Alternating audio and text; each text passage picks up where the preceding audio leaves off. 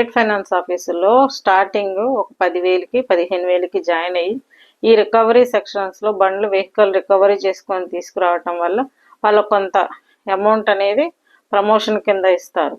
Plus దాంతోపాటు processing ఫీజులని వాళ్ళ ఇంటి దగ్గరికి వెళ్ళి బండి హ్యాండ్ ఓవర్ చేసాం, సీజ్ చేసుకున్నాం అని చెప్పేసి కొన్ని బలవంతంగా, అంటే ఇది ఒక రకమైన మాఫియా అనమాట. కొన్ని బండ్లు బలవంతంగా తీసుకొస్తారు, కొన్ని బండ్లు బెదిరించి తీసుకొస్తారు, కొన్ని బండ్లు వాళ్ళు ఎదురు చెప్పలేక సైలెంట్గా ఉండటం వల్ల బయట రోడ్ల మీద అయినా సరే ఎక్కడ పడితే అక్కడ ఆపేసి బండ్లు హ్యాండ్ ఓవర్ చేసుకునే పరిస్థితి వచ్చింది. ఇది ఎప్పటి నుంచో జరుగుతుంది. ఎంతమంది అవగాహన కల్పిస్తున్నా కూడా ప్రజలు జన నాడి అనేది ఒక భయంతో కూడుకొని ఉండిపోయింది వ్యవస్థ.